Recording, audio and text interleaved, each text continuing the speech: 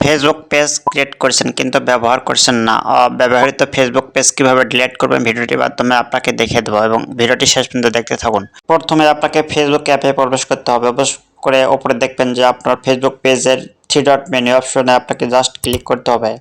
Click করে scroll করে আপনাকে একটু নিচে আসতে হবে। স্ক্রল করে নিচে আসার পর এখানে দেখতে পারবেন সেটিং অ্যান্ড প্রাইভেসি। এই সেটিং অ্যান্ড প্রাইভেসিতে ক্লিক করবেন।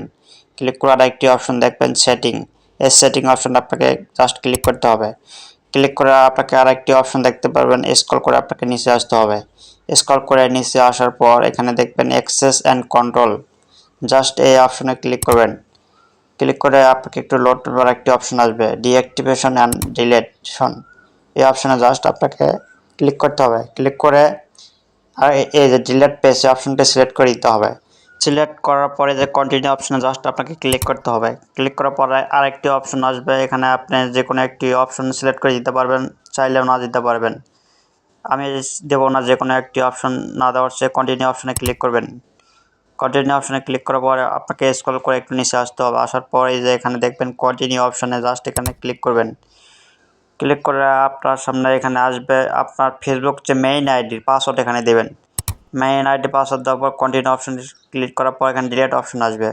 আসার পরে যে ডিলিট পেজ এই অপশনটি জাস্ট ক্লিক করলেই আপনার পেজটিকে ডিলিট হয়ে যাবে। এভাবে আপনি যে কোনো অব্যবহৃত ফেসবুক পেজটা আপনি ডিলিট করে দিতে পারবেন। That's it. পরবর্তীতে এরকম ভিডিও পেতে চ্যানেলটি সাবস্ক্রাইব করুন।